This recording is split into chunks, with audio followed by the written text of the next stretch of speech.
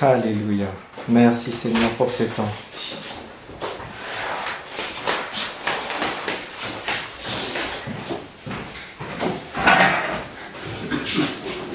Je méditais encore pour ce moment et on est dans cette période où Dieu nous parle fort justement sur le réveil. Le réveil, c'est-à-dire qu'on est souvent endormi et Dieu arrive et dit c'est le moment de se lever. C'est le moment de briller. C'est le moment de se lever pour montrer ma parole, pour montrer mon amour aux gens. C'est le moment que Dieu choisit en ce moment pour réveiller son Église, réveiller les gens qu'il aime, pour qu'ils aillent dire à d'autres gens, et Dieu t'aime. Dieu t'aime.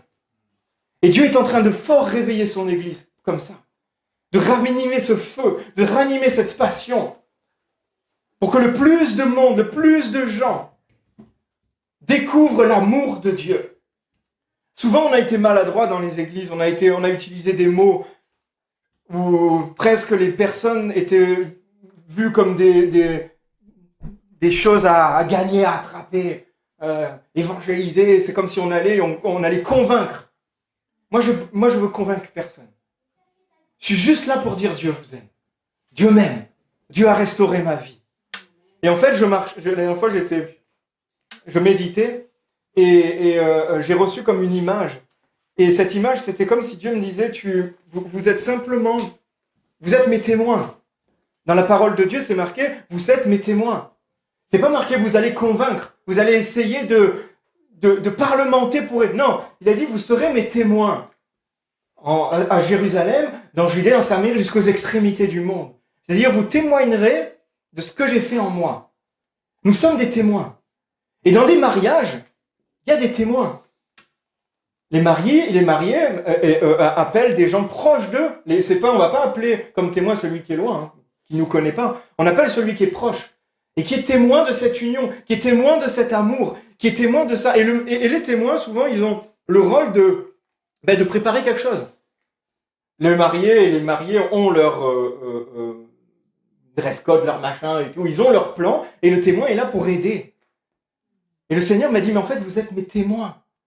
Nous sommes là pour témoigner d'un amour entre Dieu et les hommes. De ce mariage qui arrive. Dans la parole de Dieu, il dit que quand Jésus reviendra, il y aura des noces. Ce sera les noces de l'agneau. Il y aura des noces, il y aura un grand festin. Et en fait, c'est comme si nous sommes porteurs de l'invitation. Nous sommes porteurs d'une invitation et nous devons le donner aux gens qui sont à côté de nous en disant « Hey, tu sais quoi? Il y a quelqu'un qui t'invite à son mariage. Il y a quelqu'un qui t'aime tellement qu'il a envie que tu sois au festin avec lui. » Et cette personne, c'est notre papa. C'est le roi des rois, c'est le Dieu des dieux. Et nous sommes invités au banquet du roi des rois.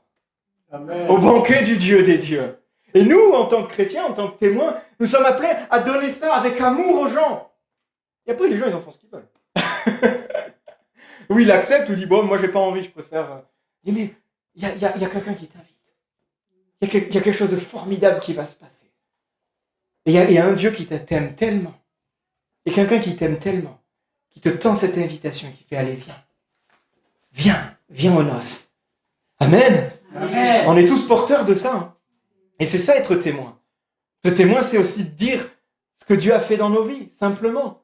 Voilà comment il m'a restauré. Voilà comment il m'a guéri. Qui a déjà été guéri par Dieu dans ce lieu?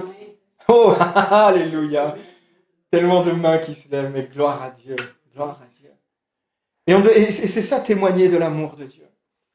Et je suis vraiment convaincu qu'il y a des choses qui se passent et que Dieu est en train vraiment de parler fort à son Église et de parler fort au monde. Parce qu'on voit le biais qu'il est en train de prendre, on voit, c'est marqué dans la parole, la méchanceté, les mauvaises choses sont en train de s'accumuler, sont en train de passer des caps, en fait, de plus en plus loin. Et plus le mal abonde, plus la grâce de Dieu surabonde. Amen. Et c'est ce qu'elle est en train de faire. La grâce de Dieu est en train de surabonder, est en train de venir de plus en plus fort.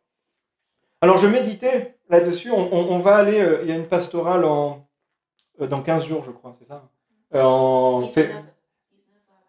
19 à 21. C'est moi qui y vais, c'est elle qui retient les dates, c'est bien. Et le sujet de cette pastorale, c'est la pêche miraculeuse. Et je confiance, on est tous soumis à quelqu'un, on a des leaders. Moi, voilà, vous connaissez Papa Dan, le pasteur Dan, qui est notre pasteur, qui est mon pasteur, et qui est mon leader. Je l'appelle papa parce que c'est vraiment un terme affectueux, parce que c'est un modèle. C'est lui qui a posé les mains sur moi, hein, m'a nommé pasteur. Et quand ils reçoivent des choses, c'est pour national, c'est pour la nation. C'est pas pour juste un petit moment.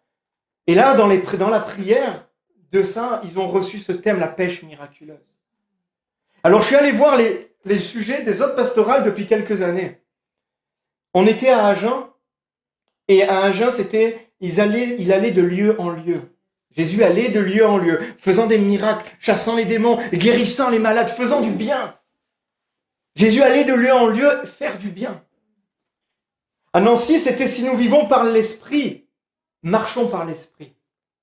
Si nous vivons par l'esprit, alors marchons par l'esprit. C'est l'apôtre Paul qui disait ça. Et c'est un appel à vivre ce que nous croyons. Parce que des fois, on peut croire des choses et pas le vivre. Et là, on est boiteux. La foi sans les œuvres est morte. Et les œuvres sans la foi n'existent pas. N'ont pas de substance. Dieu nous donne la foi et cette foi-là nous fait agir. Dieu nous donne l'esprit, nous vivons par l'esprit. Alors nous marchons par l'esprit. Alors nos actes sont conduits par l'esprit. Alors notre vie est conduite par l'esprit. À Toulouse, le thème c'était, il y en a un qui a planté, il y en a un qui a arrosé. Et c'est Dieu qui fait croître. À Nantes, c'était Jéricho. Ils montèrent dans la ville. Et là maintenant, on arrive à la pêche miraculeuse. Je ne sais pas vous, mais moi je vois une suite. Je vois Dieu qui parle à la nation française, qui parle depuis 2023, 2024, tout ça. Et on voit vraiment cette conduite de l'esprit qui nous amène à ce thème-là, la pêche miraculeuse. Amen. Qui croit qu'on va vivre une pêche miraculeuse? Amen. On va vivre une pêche miraculeuse. La pêche miraculeuse, c'est ce moment où Simon-Pierre était fatigué, en avait marre de sa journée, et Dieu lui a dit, va encore pêcher. Non mais sérieux, j'ai plus envie d'aller pêcher là. Toute la nuit, j'ai rien pris. La pêche miraculeuse, c'est dans ta vie, dans nos vies, dans nos familles. C'est ces combats qu'on mène depuis des années, sans fruit. Et Jésus intervient et là, le fruit arrive. Amen. Ça va arriver, mes amis. Alors on reste concentré, on reste focus, on reste bouillant pour Dieu, on reste à côté de lui. Parce que ça va arriver. Jésus envoie sa parole et sa parole a une action, sa parole a un effet. Alors c'est juste un peu l'introduction, ça. Mais pour qu'on puisse garder ce feu. Parce qu'on peut louper cette pêche miraculeuse. Si on n'a pas la foi. Et si on ne croit pas. La base de la parole, la base de la vie avec Christ, c'est la foi. Si on ne croit pas, si on s'appuie pas sur sa parole, eh bien on s'appuie sur nos peurs, on s'appuie sur nos pensées, sur nos propres raisonnements. Et on sait ce que ça crée. Moi j'ai déjà essayé de m'appuyer sur mes peurs, ça n'a pas marché. Je me suis appuyé des fois sur mes raisonnements, ça dure un moment. Mais à chaque fois je me suis appuyé sur la parole de Dieu. Déjà j'étais en paix et j'ai vu des choses qui se passaient dans ma vie. Et c'est pour ça qu'on doit s'appuyer sur la parole de Dieu. Et vraiment le message que j'avais à cœur pour ce matin, dans ce mouvement justement de réveil, où la semaine dernière on a vu 4 axes justement pour avoir le feu, pour développer ce feu, pour entretenir ce feu, c'est de faire confiance à Dieu. Et la parole qui résonnait encore, c'est Dieu qui nous dit encore à son Église et pas que, ayez confiance en moi. Ayez confiance en moi. Ayez confiance en moi. Je suis digne de confiance. Ne promenez pas des regards inquiets. Ne restez pas dans cet état de peur, de détresse, d'apitoiement. Ayez confiance en moi. C'est vraiment un cri du cœur de Dieu qui parle au monde, qui parle à l'humanité. Vous avez fait confiance, on a fait confiance, on fait confiance dans tout un tas de choses. Il y en a qui disent je fais confiance en rien. Moi j'étais de cela, je confesse. Et moi je fais confiance en personne parce que de toute façon tout le monde m'a déçu, tout le monde est pourri, tout le monde m'a tellement fait de mal que mais c'est un peu vrai des fois. Quand on regarde autour de nous, on dit mais qui est digne de confiance? C'est dur de trouver quelqu'un de digne de confiance. Mais en fait, je me suis rendu compte que je faisais quand même confiance à certaines choses. Alors des fois, on en veut dire, oui, mais pour faire confiance, j'ai besoin de preuves, j'ai besoin de voir. Écoute, tu prends du Doliprane, tu sais pas ce qu'il y a dedans. À moins que tu sois un vrai médecin, machin et tout, mais tu fais confiance parce qu'on te dit que ça marche. Le médecin, il te donne des médicaments, on les prend. Moi, quand je lis la liste des médicaments, je dis, t'as un truc que je connais, hein. Et pourtant, on a confiance, on sait que ça marche. Ben, c'est pareil pour la parole de Dieu. On a confiance. On n'a pas besoin de... On a juste besoin de croire. Et après, on commence à expérimenter. Et Dieu nous amène sur ce chemin-là. Aie confiance en moi. Alors, il y a une chose pour garder la confiance et pour entretenir cette confiance, c'est bien sûr la prière. Dieu réveille son Église aussi dans la prière. Je le répète depuis je ne sais pas combien, peut-être un mois. Hein. Mais la prière est vraiment ce poumon qui va faire vivre. C'est vraiment ce poumon qui va nous permettre de voir Dieu agir, qui va permettre de voir à quel point Dieu nous aime, à quel point il y a quelque chose de précieux là-dedans. La prière, c'est vraiment ce mode de communication que Dieu a mis en place avec nous. La prière, ce n'est pas parler à Dieu, c'est parler avec Dieu. C'est parler avec Dieu, c'est-à-dire on lui parle et il nous répond. Alors des fois, c'est un peu bizarre parce qu'on pense qu'il ne nous répond pas. Patience. Il ne nous répond pas comme on veut, mais il nous répond quand même. Et Jésus disait, on peut lire ça dans Matthieu 6, verset 7.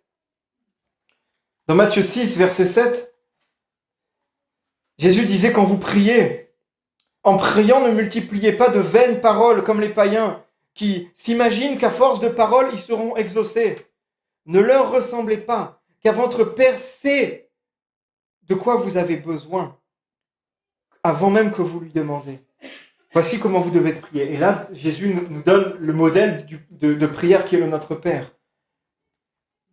Mais on est en train de réveiller aussi là-dedans.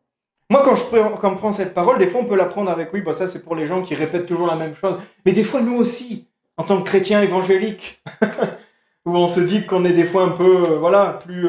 mais on répète les mêmes paroles. Et on a besoin de s'arrêter et de dire, est-ce que je suis en train de répéter de vaines paroles? Est-ce que je suis en train de répéter des choses que je ne sais même plus le sens de ces choses? Et Dieu nous dit, arrêtez de répéter les mêmes prières, les vaines paroles.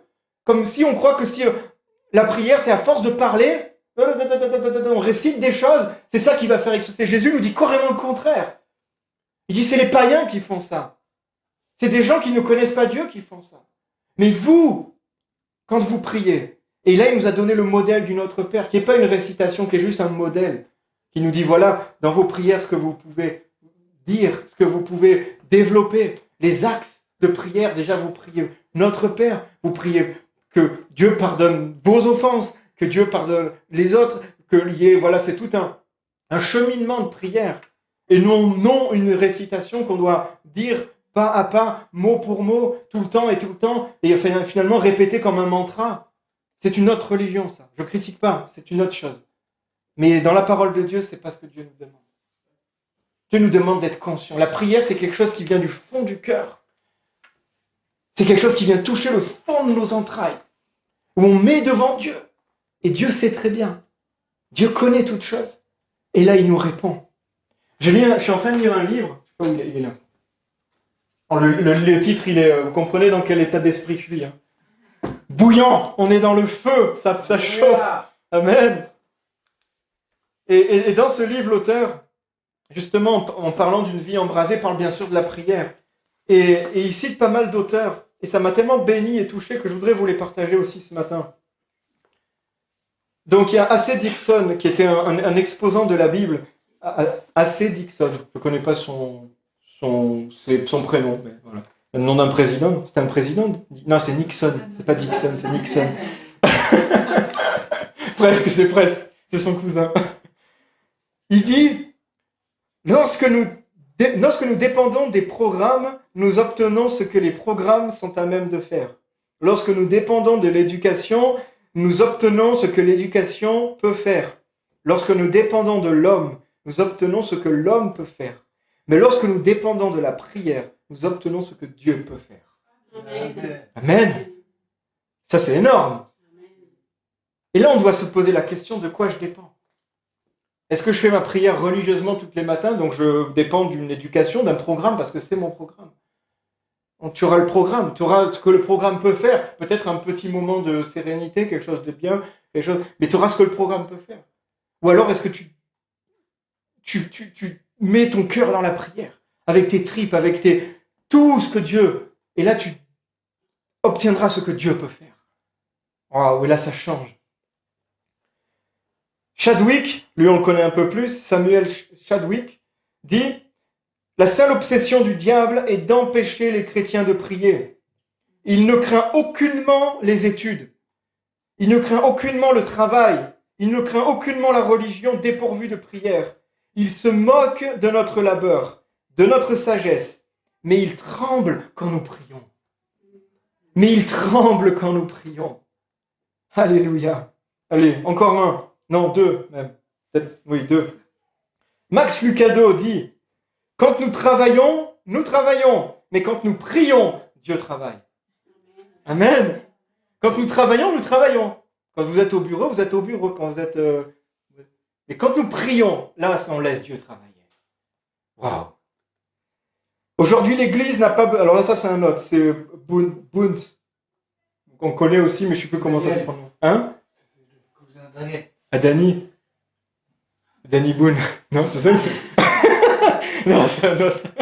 C'est Boons. Boone. Bon, bref, vous avez compris. Aujourd'hui, l'Église n'a pas besoin de plus d'équipements, ni de meilleures structures, ni de plus de méthodes innovantes, mais d'hommes que le Saint-Esprit peut utiliser. D'hommes puissants, d'hommes et femmes, hein, bien sûr. Puissants dans la prière. Le Saint-Esprit ne collabore pas avec des méthodes. Il collabore avec des hommes de prière.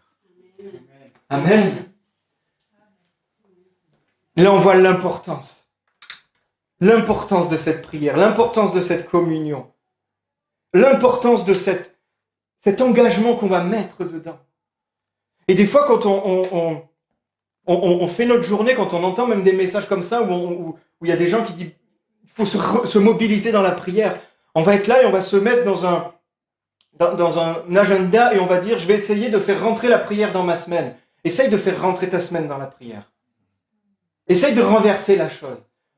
Essaye de ne pas faire tourner, de dire attends, il faut que je trouve dans ma journée un moment pour prier. Prie et ta journée, fais-la tourner autour de ça.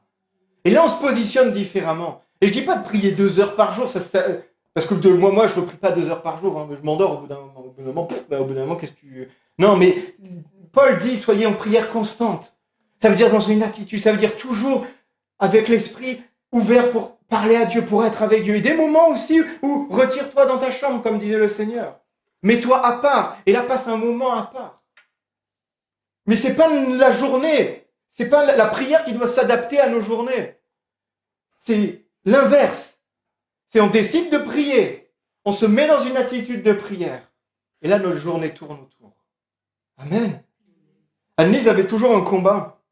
Alors je n'allais pas là comme ça, elle écoutera, tu peux la citer comme ça. Elle avait toujours un combat en disant, mais moi j'ai pas de temps de prière. J'ai pas de temps pour me mettre à part. C'est vrai qu'avec les enfants, etc., moi j'ai toujours eu un peu d'espace pour prier. Je me mettais dans mon atelier, des fois je m'asseyais, je regardais juste mes poules, je priais. Et où je monte, voilà, comme vous connaissez, je monte dans la montagne, je vais marcher, je vais faire du sport. Et du coup j'ai ces moments de prière, de communion avec Dieu. Et Annelise m'a toujours dit, mais voilà, en tant que maman, maintenant elle travaille, elle dit, je suis toujours occupée, il y a toujours les enfants, il y a toujours quelque chose. Moi j'ai dit, c'est vrai, c'est dur. Mais même dans ces moments-là, on peut trouver un moment. On peut trouver des endroits où Dieu nous parle. Hier, elle est allée travailler, elle a fait une journée en heure supplémentaire, et elle est rentrée, elle dit, Dieu m'a jamais autant parlé qu'hier. C'est tout frais, hein, ça s'est passé hier. Alors qu'elle travaillait, elle dit, Dieu m'a jamais parlé autant qu'hier. Parce qu'en fait, elle s'est positionnée en disant, Seigneur, je veux que tu sois là tout le temps avec moi. Et il est tout le temps avec nous. Et il est tout le temps avec nous. Alors du coup, le Seigneur y a parlé et en plus, elle a super bien travaillé. Je sais plus quoi, je pleure, c'est le truc de saisie, je sais pas quoi, je comprends rien. Elle m'a dit, j'en ai fait 300 et quelques, alors apparemment c'est beaucoup. Donc elle était contente. En même temps que le Seigneur lui parlait, en même temps qu'elle recevait des révélations, elle réussissait à travailler, elle a réussi à faire ses objectifs. Et en même temps, elle a passé un temps avec Dieu. Et c'est ça une attitude aussi de prière. C'est ça une vie consacrée qui dit, Seigneur, je veux te reconnaître dans toutes mes voies. Parce que Dieu est là tout le temps. Dieu est là en permanence. Qui des fois, c'est honnêteté, qui des fois prie et dit, Seigneur, j'ai rien senti, rien entendu, rien compris. Ben, je lève la main. Peut-être ça va déclencher vos mains, voilà. Ça arrive souvent. Et moi, des fois, je suis là et des fois, je passe une journée, je fais, Seigneur, on est théâtral. Enfin, moi, des fois, je suis assez théâtral dans ma vie avec Dieu. Seigneur, je te donne ma journée. Tu vas me parler. Tu vas me donner des prophéties, des choses extraordinaires. Je passe ma journée, je suis tracassé pour plein de choses. Je fais tout ce que je veux faire, je le fais pas et je suis à côté de la plaque toute la journée. Et le soir, je suis là. Anissa vient, elle dit, t'as passé une bonne journée parce que tu voulais aller passer du temps avec Dieu. Ouais, non, tout pourri, j'ai rien fait. Dieu n'était pas là. Dieu n'était pas là. Et à chaque fois que je dis ça, c'est comme si le Saint-Esprit me dit, mais c'est toi qui n'étais pas là. Moi, j'étais là, mais tu m'as pas vu. Moi, j'étais là, mais tu m'as pas vu. Tu n'as pas vu que j'étais à côté de toi. Tu n'as pas vu que je te parlais. Parce que tu étais occupé à autre chose. Ton esprit, tes aspirations n'étaient pas focalisées sur moi. Ils étaient occupés à autre chose. Et tu ne m'as pas vu. Et c'est ça des fois que la parole de Dieu nous dit. Dieu nous constamment est là pour nous dire je suis là. Et ça, c'est des choses qui nous met devant les yeux pour qu'on lui fasse confiance. Pour accentuer, pour régénérer, pour augmenter notre confiance en lui. Il y a des moments où Dieu était là et on ne l'a pas vu. Et des fois, il nous le révèle bien après. Il nous le révèle bien après. Un jour, j'avais fait c'est voilà, témoignage un peu, voilà. J'étais en Auvergne quand je faisais mes études à Thiers et que je travaillais à Thiers, en Auvergne. Et vous savez, à cette époque-là, c'était pas Jojo. Et j'avais fait une soirée où on avait beaucoup bu, énormément, et on avait mangé des champignons hallucinogènes. Donc du coup, on était, voilà, je sais pas, c'est pas cool. Et bien sûr, on n'était pas dans nos appartements, dans nos maisons. On était ailleurs, dans un lac, au bord d'un lac. Et bien sûr, j'étais en mobilette, moi. Et je suis rentré en mobilette. Je sais pas si ceux qui ont joué à Mario Kart sur console 64, là, il y avait un truc où c'était dans les nuages, là, ou dans les ciels. Là, c'était pareil, tu vois, j'avais l'impression sur ma mobilette que je roulais dans le ciel et tout. Et donc j'arrive à mon appartement, et comme c'était un foyer où il y avait plein de monde, je suis allé chercher la bagarre avec des Russes qui étaient là-bas et qui ne faisaient pas chercher la bagarre avec eux. Et parce qu'on n'était pas clair, hein. Et bon, bref, après, la soirée s'est finie, je me suis réveillé le lendemain matin, je suis reparti travailler, etc. Et un jour, je priais, un jour, je louais, un jour, j'étais dans la présence de Dieu, et Dieu m'a révélé ce moment-là. Il m'a dit, tu sais qu'à ce moment-là, il y avait des anges autour de toi. Je t'ai gardé. Ah, toi, tu ne m'as pas vu parce que tu ne pouvais pas me voir. Parce que tu étais ailleurs, parce que tu étais perdu. Tu faisais tellement n'importe quoi. Tu étais tellement dans la détresse que tu n'as pas pu voir. Mais tu es rentré parce que les anges étaient autour de toi. Alors là, j'ai dit, mais mère Seigneur, c'est pas que tu n'étais pas là, c'est que je ne t'avais pas vu. C'est pas que Dieu n'est pas là, c'est qu'on ne le voit pas. Alors quand on a ces révélations, quand on comprend comment Dieu est, ça renouvelle notre confiance en lui. On dit, mais Seigneur, je veux plus avoir confiance en toi. Pardonne-moi les moments où je te fais pas confiance et j'essaye de faire de mes propres voies, de mes propres choix. Parce qu'alors même que moi je suis ailleurs, alors même que moi je te connais pas, alors même que moi je t'aime pas, toi tu as mis tes anges et t'as dit attends, je vais tout faire pour que celui-ci, pour que celui-là, il faut pas voilà, je veux le protéger le maximum. Alors il t'arrive des fois des galères, mais c'est des mystères aussi. Et Dieu, sans arrêt, nous demande, nous met des choses devant pour qu'on lui fasse confiance. Pourquoi Dieu guérit? Pourquoi Dieu, des fois, nous parle? Pourquoi Dieu, des fois, nous fait des clins d'œil? Est-ce que c'est pour à chaque fois, c'est des mots qu'il te dit, et il te dit, fais-moi confiance. Regarde ce que je fais, alors fais-moi confiance. Regarde là, je suis là, alors fais-moi confiance. Regarde, je peux intervenir dans cette situation, alors fais-moi confiance. Amen. Et cette confiance, elle se développe. Je ne sais pas vous, mais on fait rarement confiance à quelqu'un facilement, ou du premier abord. Il y en a qui ont plus de facilité à faire confiance, et il y en a qui ont moins de facilité à faire confiance. Ça dépend de nos vies, de nos caractères, mais surtout de nos blessures qu'on a eues, et nos traumatismes, et nos blessures, bref, vous comprenez, de nos blessures qu'on a eues dans l'enfance, dans notre construction. Mais c'est pour ça que nous devons développer cette confiance. Nous devons apprendre à faire confiance. Et Dieu est un pédagogue. Et Dieu, pas à pas, nous montre, fais-moi confiance. Regarde, on va aller un peu plus loin. Fais-moi confiance, regarde, ça, je le gère. Fais-moi confiance, là, on va aller faire ça. On va aller dans ce coin-là. Ce problème que tu as là, je peux le guérir. Ce cœur-là qui te tourmente, je peux l'apaiser. Toutes ces choses, fais-moi confiance. Et petit à petit, il nous met des petits clins d'œil dans nos vies, il nous met des petits clins d'œil sur notre route. Et il nous dit, fais-moi confiance. Dieu nous montre sans cesse par nos pensées, par des miracles, par des clins d'œil qu'on peut lui faire confiance. Mais cette confiance, des fois, elle est pas séparée de la patience. Avoir confiance, c'est aussi être patient. Être dans la confiance, c'est aussi être patient. Et plus on connaît Dieu, plus on sait que Dieu agit en son temps. Je sais pas si vous avez réussi à trouver le moyen de faire accélérer Dieu, je veux bien, mais moi j'ai jamais réussi.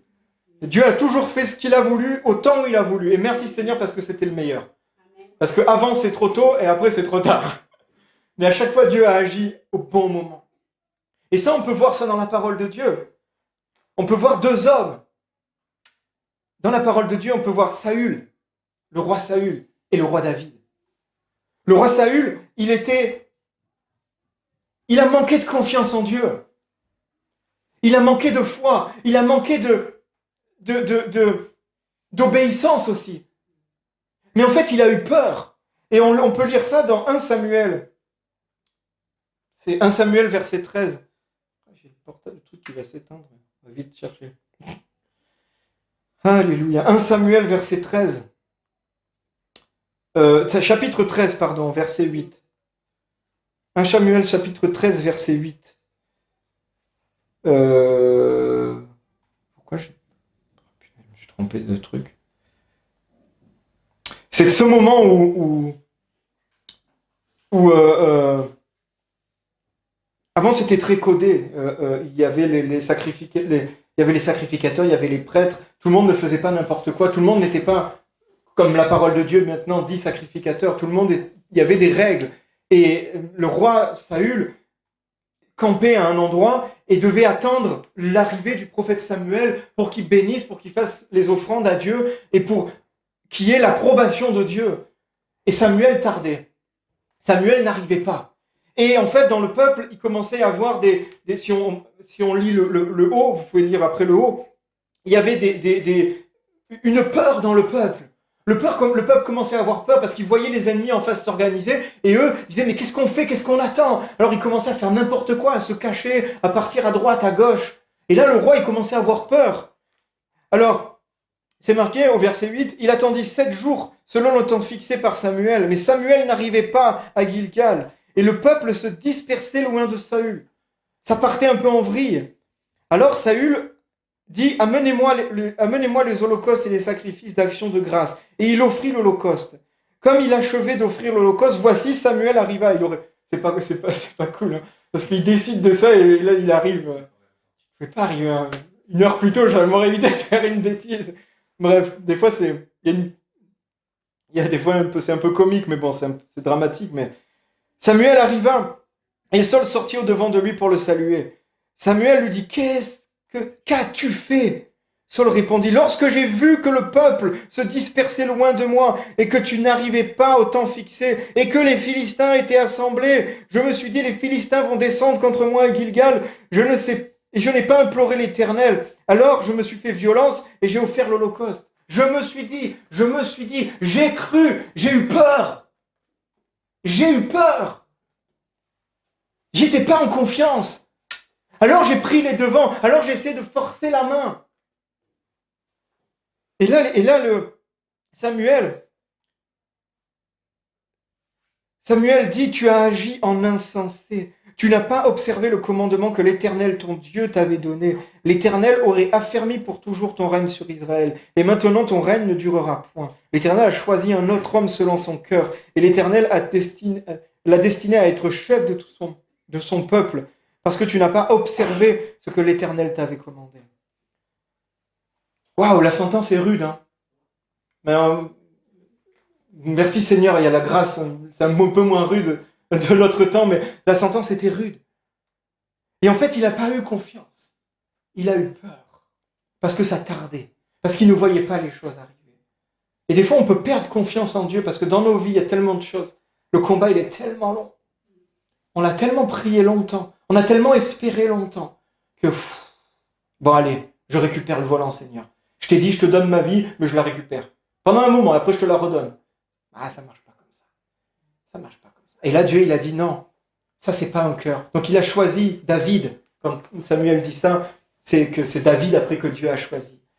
Et David, lui, c'était marqué qu'il c'était un homme selon le cœur de Dieu. David, lui, c'était un jeune qui était qui était mis au banc de sa famille, qui était un reclus. Parce que c'est le mot, il est pas beau, mais c'est un bâtard en fait. C'était un peu ça. Hein. C'est violent comme mot, mais c'était ça en fait. Hein. Et du coup, tout le monde le mettait à côté. Et il était là, il gardait les brebis tout seul et il chassait des lions et des ours. Rien que ça. Mais Dieu commençait à le préparer. Et Dieu a préparé cet homme.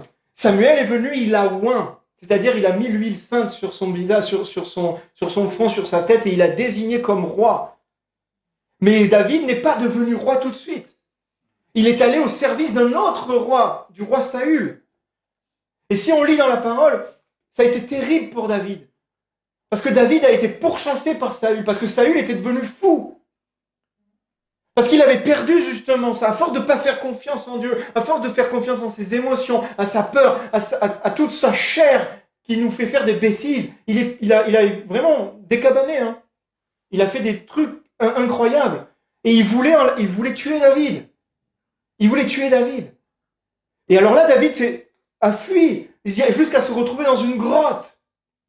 Le oint de l'Éternel. Celui que Dieu avait choisi comme roi se terre dans une grotte et est pourchassé par celui qui est destitué.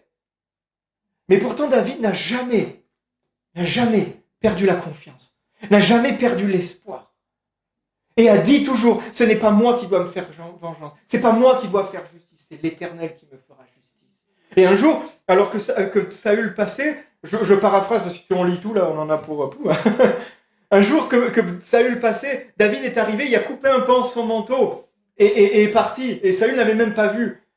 Et il a dit, j'ai un pan de ton manteau, j'aurais pu te tuer, mais je ne t'ai pas tué, car l'Éternel jugera entre toi et moi. L'Éternel jugera entre toi et moi. Et David n'a jamais perdu espoir, n'a jamais perdu confiance. Et il dit, et on peut lire dans le psaume 26, ce que David déclare.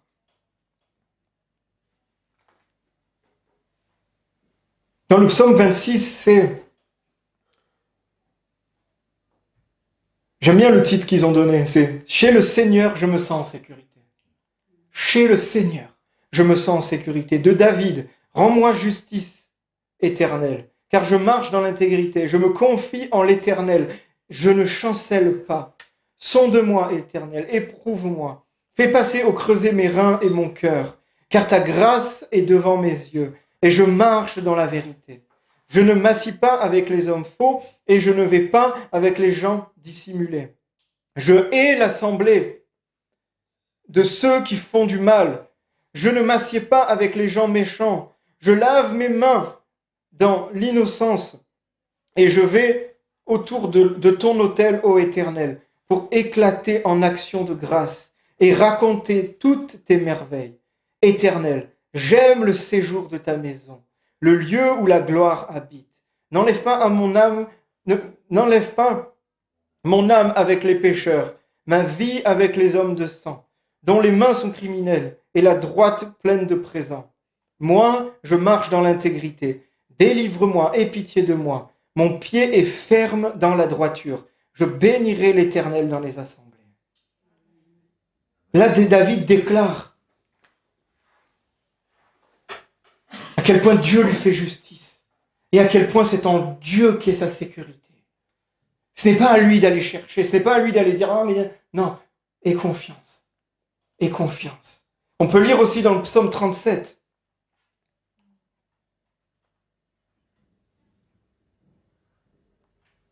Psaume 37, verset 3. Oula, ça rame là. Confie-toi en l'Éternel, pratique le bien et le pays pour demeure et la fidélité pour pâture. Confie-toi en l'Éternel. Ça veut dire aie confiance en l'Éternel. Et c'est ça, c'est ce cœur-là qui a permis à David de passer tous ces moments d'injustice, de passer tous ces moments de trouble, de passer tous ces moments où la seule chose qu'il avait envie, c'était de notre âme, des fois, la chose qu'il a envie, c'est « Attends, mais je vais me lever, je vais prendre mon dû, je vais me faire justice moi-même. » Non. C'est ça qui a permis de passer, finalement, d'être roi comme l'Éternel l'avait dit, d'être nommé comme l'Éternel l'avait dit. Et vraiment là, la parole de ce matin, c'est vraiment celle-là. La confiance. Aie confiance en moi. Aie confiance en moi. Aie confiance parce que je t'aime, parce que je suis ton Père. Parce que j'ai tout fait pour te faire reposer dans des verts pâturages, comme dit le psaume. Aie confiance en moi. Et pour développer aussi cette confiance,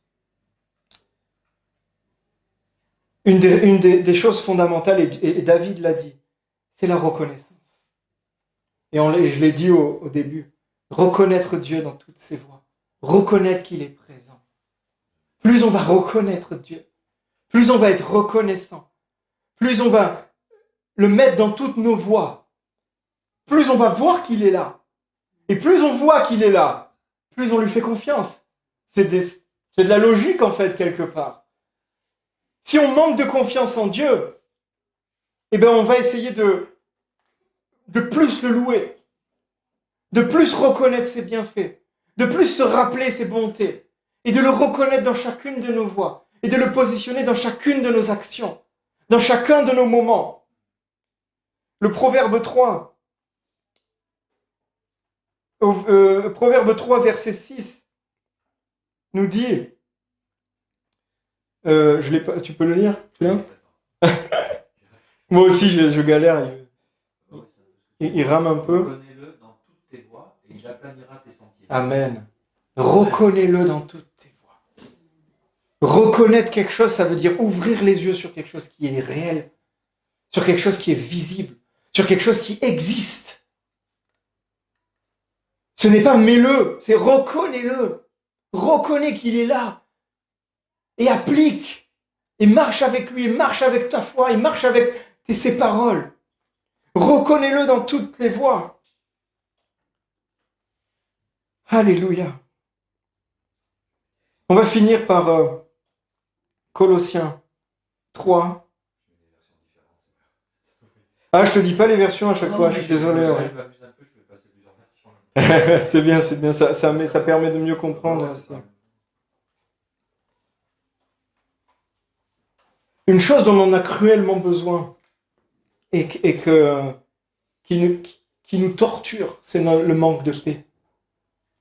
Le manque de paix. On a besoin de paix. On a besoin d'être en paix. Dieu, et Dieu veut nous donner sa paix.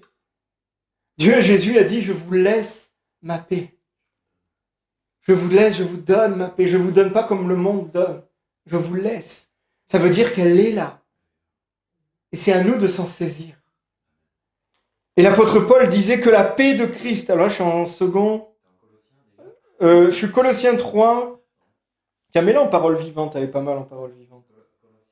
Colossiens 3, verset 15. Hein? Ouais, ça rame. Je sais pas ce qu'il a. Colossiens 3, verset 15 en parole vivante. J'aime bien comment ils le traduisent. Laissez régner souverainement dans vos cœurs la paix instaurée par le Christ. Laissez régner souverainement. Il appuie. C'est comme des coups de marteau qu'il fait à chaque fois. Mais c'est à nous de laisser régner la paix. Et en fait, ce mot, si on le traduit, si vraiment on prend les racines grecques, oui, dans ce test c'est grec, si on prend les racines grecques, ce mot veut dire aussi arbitre. C'est-à-dire, c'est à nous d'arbitrer ce qui règne dans nos cœurs. Alors, où on laisse régner nos peurs, nos combats, nos conflits, où on laisse régner la paix de Dieu. Alors, c'est un combat des fois, hein, c'est pas, ça vient pas, c'est une habitude à prendre. Mais Paul nous dit, laissez régner souverainement la paix instaurée par le Christ, qu'elle gouverne toutes vos décisions. Souvenez-vous-en, membres d'un même corps, vous êtes appelés à vivre dans l'harmonie. Vous êtes appelés à vivre dans l'harmonie. Et ça, c'est une parole qui dit aussi, faisons confiance à Dieu. Faisons confiance à Dieu, soyons en paix, laissons régner la paix dans notre cœur.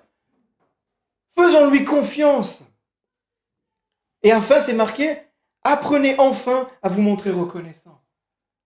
Et ça, la fin, c'est ce qui permet d'amener la paix aussi. C'est ce qui permet de laisser la paix régner. C'est le fait de nous montrer reconnaissants. Mais ça doit s'apprendre. Mais ça doit s'apprendre. Amen. Est-ce qu'on peut appeler Anne-Lise? On va finir par un chant. Ou deux. Elle doit être en plein. Mais ça doit s'apprendre. Pourquoi nous avons besoin d'avoir confiance en Dieu? Nous avons besoin d'avoir confiance en Dieu parce que c'est lui qui connaît toutes choses, c'est lui qui a tout entre ses mains. Mais si on n'a pas confiance, on ne jettera pas le filet. Si on n'a pas confiance en sa parole, on n'acceptera pas de jeter le filet. Et là, on revient à la parole du début, dans cette phase dont l'Église est, de cette pêche miraculeuse. Des fois, on peut avoir cette image de, il a juste, non, jeter un filet, c'était une galère, mes amis. Parce que jeter un filet, ça veut dire que le filet, tu l'avais plié déjà. Et que là, tu vas devoir te mettre à plusieurs, le rejeter, le retirer, le replier, le relaver. Ce n'est pas rien ce que Jésus avait demandé. Jésus avait pris des hommes fatigués, avait pris des hommes qui en avaient marre, qui n'avaient pas travaillé.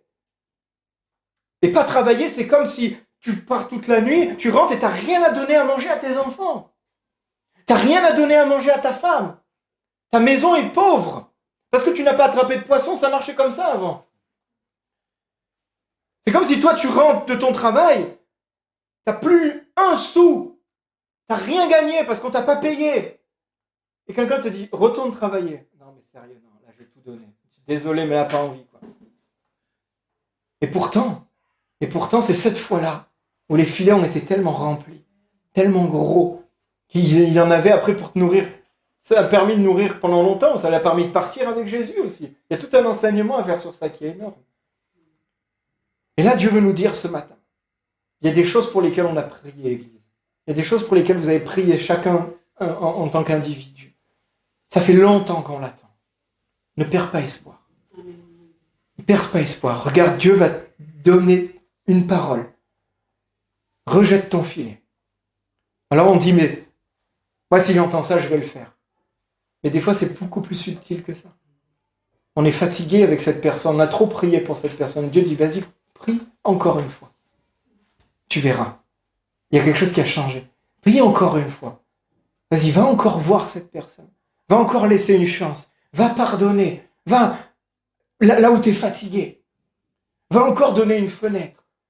Va encore essayer d'ouvrir ta bouche. Va encore. Il y a quelque chose qui va se débloquer. Amen. Investis. Encore une fois, persévère. Parce que c'est là où il va y avoir ce réveil tant attendu. Ce feu tant attendu. Amen. Amen. On va prendre ce chant. Et pendant qu'on va chanter,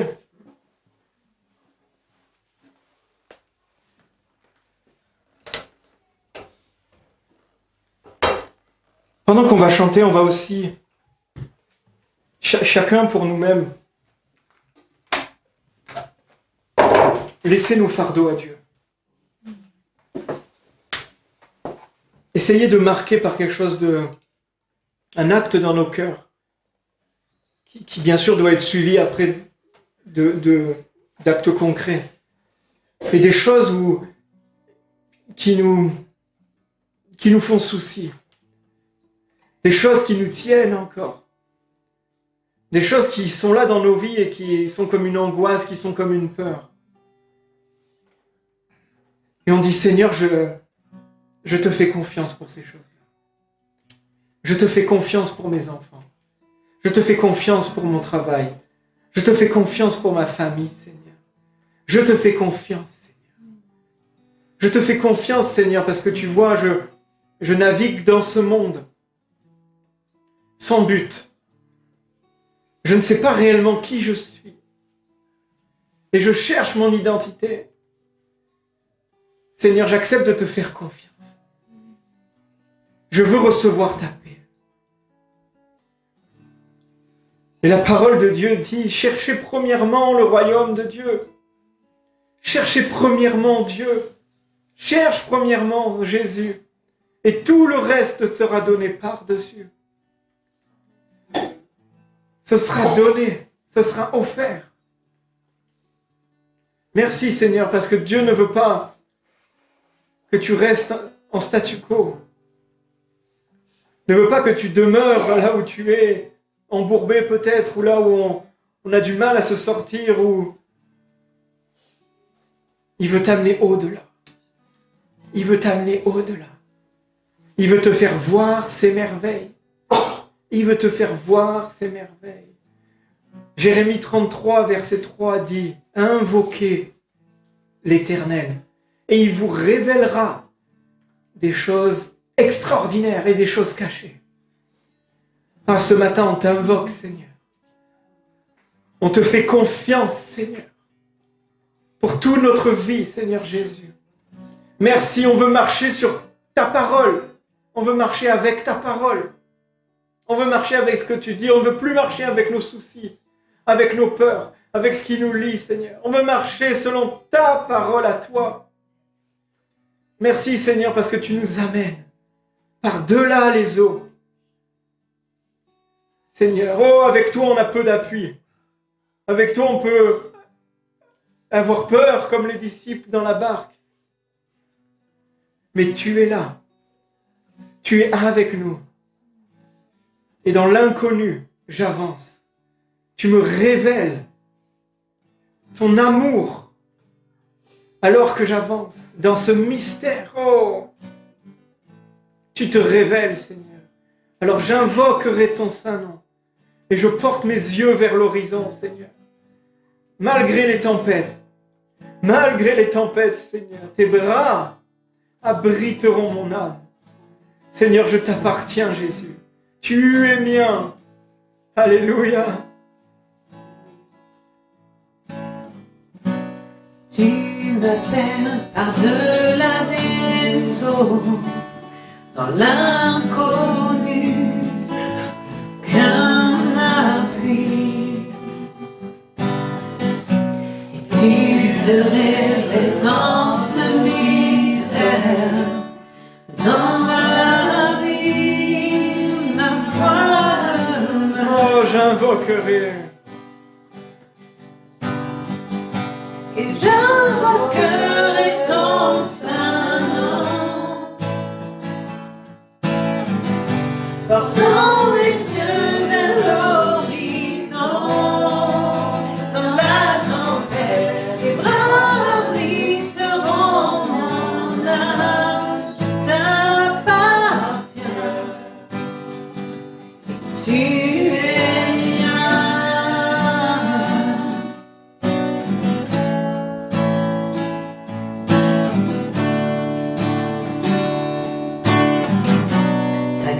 S'abonde dans les profondeurs. Amen.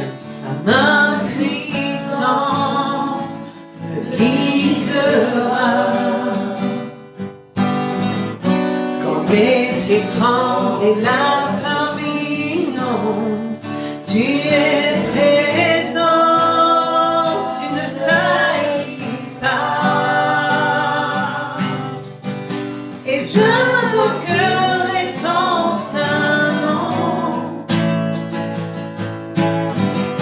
Portant mes yeux vers l'horizon, dans la tempête, tes bras abriteront mon âme. Je t'appartiens, et tu es mien. Alléluia. Je t'appartiens, Seigneur, et tu es mien, Seigneur Jésus. Dans tes bras, Seigneur, je n'ai rien à craindre. Seigneur, j'abandonne devant toi, Seigneur.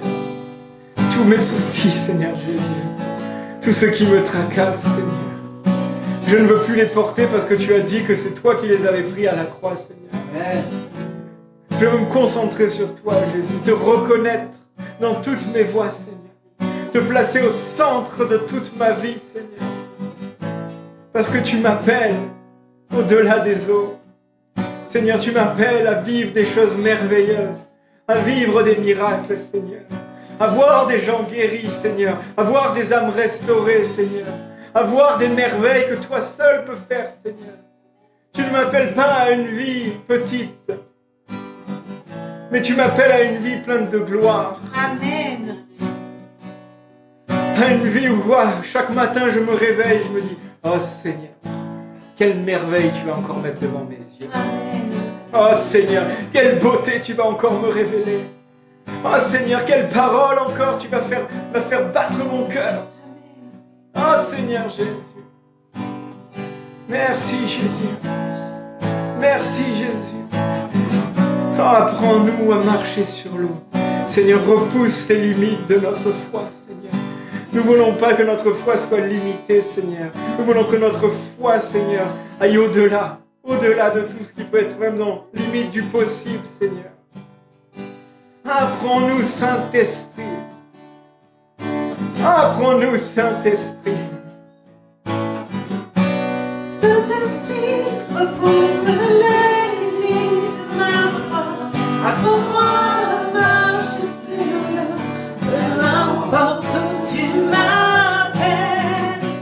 Conduis-moi plus loin que je n'oserais m'avancer. Et ma foi sera fortifiée dans la présence de mon Sauveur.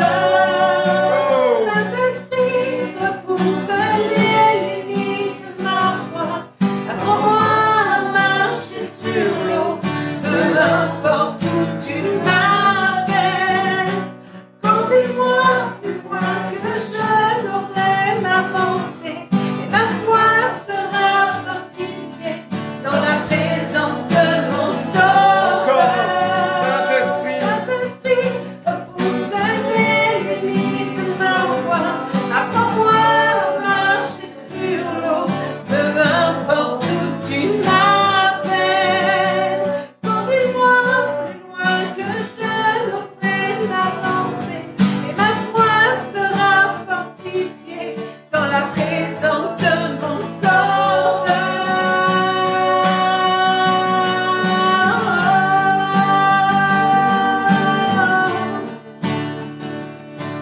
Dans la présence de mon Sauveur.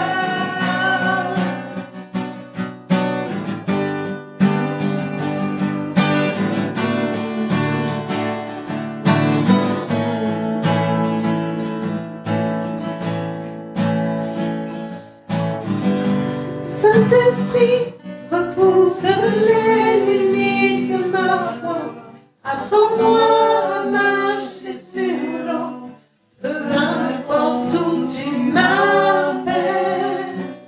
Conduis-moi plus loin que je n'oserais m'avancer. Et ma foi sera fortifiée dans la présence de mon Sauveur.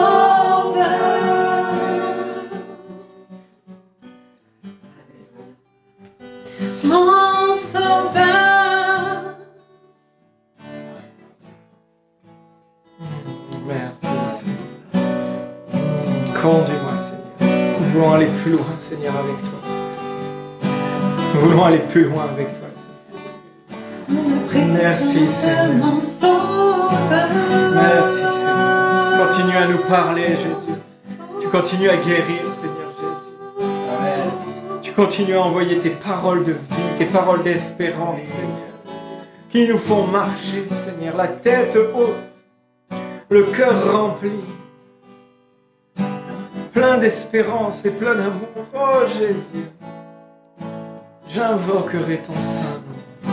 Et j'invoquerai ton Saint-Nom. Toi seul est digne de confiance. Portant les yeux vers l'horizon, dans la tempête, tes bras habiteront mon âme.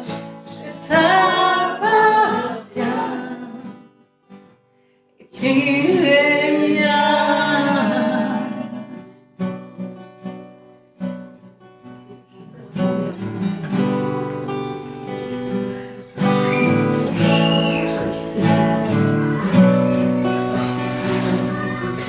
T'appartiens et tu es mien.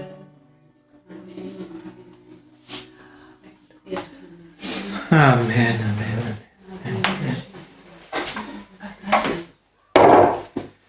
Dieu va faire de grandes choses, Dieu va faire de grandes choses. Amen, amen. C'est pour ça qu'il nous demande, oh, on va renouveler notre confiance.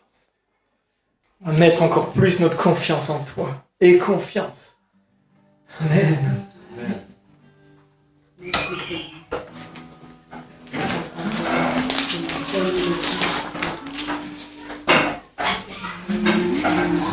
Alléluia.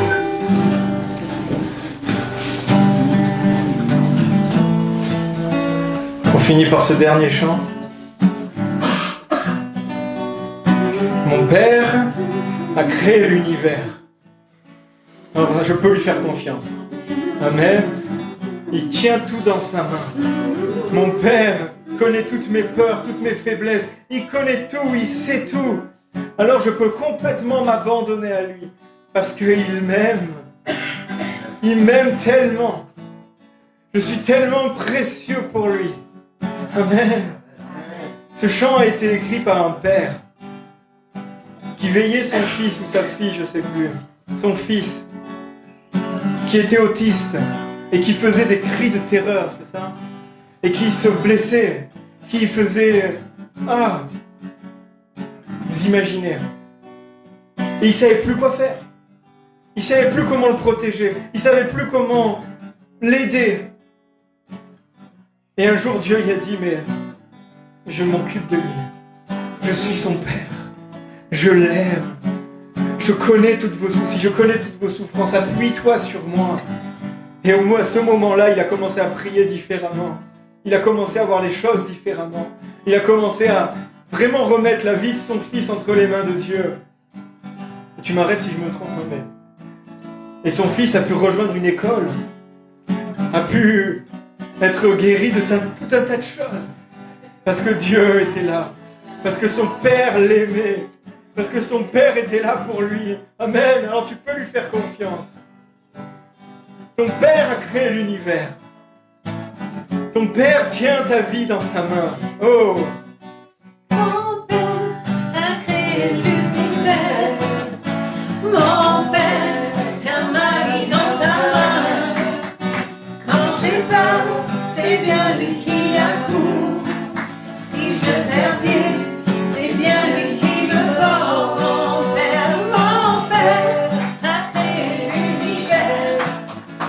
Mon père tient ma vie dans sa main. Quand j'ai peur,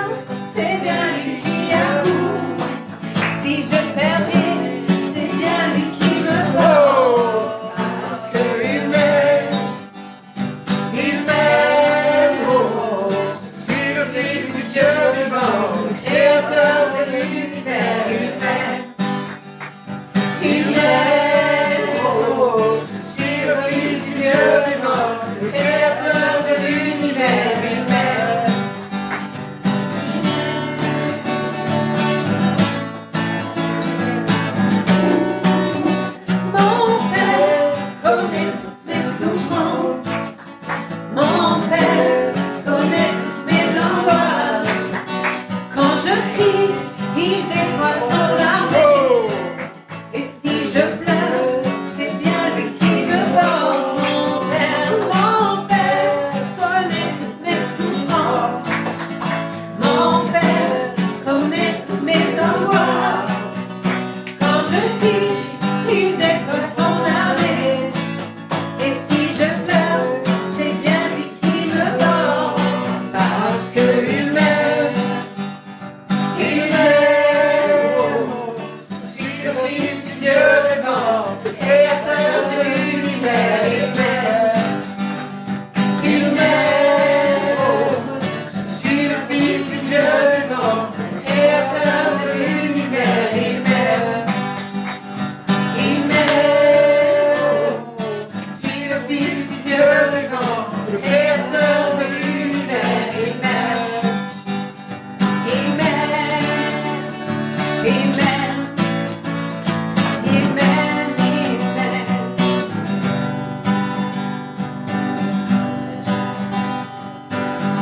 Je cesse de pleurer. Je cesse de pleurer. Je marche la tête haute. Oh. Je saisis la victoire. Mon Père est devant moi. Mon Père est mon soutien. Si tout lui appartient, alors je n'ai plus peur. Alléluia, je Je cesse. cesse de pleurer. Je cesse de pleurer. Je marche la tête haute. Je saisis la victoire. Mon Père est devant moi. Mon Père est mon soutien. Si tout lui appartient, alors je n'ai plus peur. Il m'aime. Hey. Il m'aime. Je suis le fils du Dieu vivant, le créateur de l'univers. Il m'aime. Il m'aime. Je suis le fils du Dieu vivant, le créateur de l'univers. Il m'aime. Il m'aime. Il m'aime. Il m'aime. Il m'aime. Il m'aime. Oh, il m'aime. Il m'aime. Vous Alléluia. savez, pendant longtemps, j'ai pas réussi à prononcer cette phrase. Dieu m'aime. Si tu arrives à chanter ce refrain ce matin, il y aura un poids qui va se libérer. Amen. Parce que la vérité sera proclamée. Parce qu'il m'aime. Il m'aime. Je suis le fils du Dieu vivant, le créateur de l'univers. Il m'aime. Il m'aime. Reçois le fils du Dieu vivant, le créateur de l'univers. Reçois l'amour de ton Père ce matin. Merci Jésus. Oh, tu envoies ton amour, Jésus. Tu fais brûler nos cœurs ce matin par ton amour. Alléluia. Merci Jésus. Oh. Oh, il m'aime. Oh, il m'aime. Mon Dieu m'aime, mon Père m'aime, le Créateur m'aime. Il m'aime. Alléluia. Qui le croit? Alléluia. Amen. Amen. Merci Seigneur. Alléluia. Ah, merci Jésus. Gloire à toi. Gloire à toi.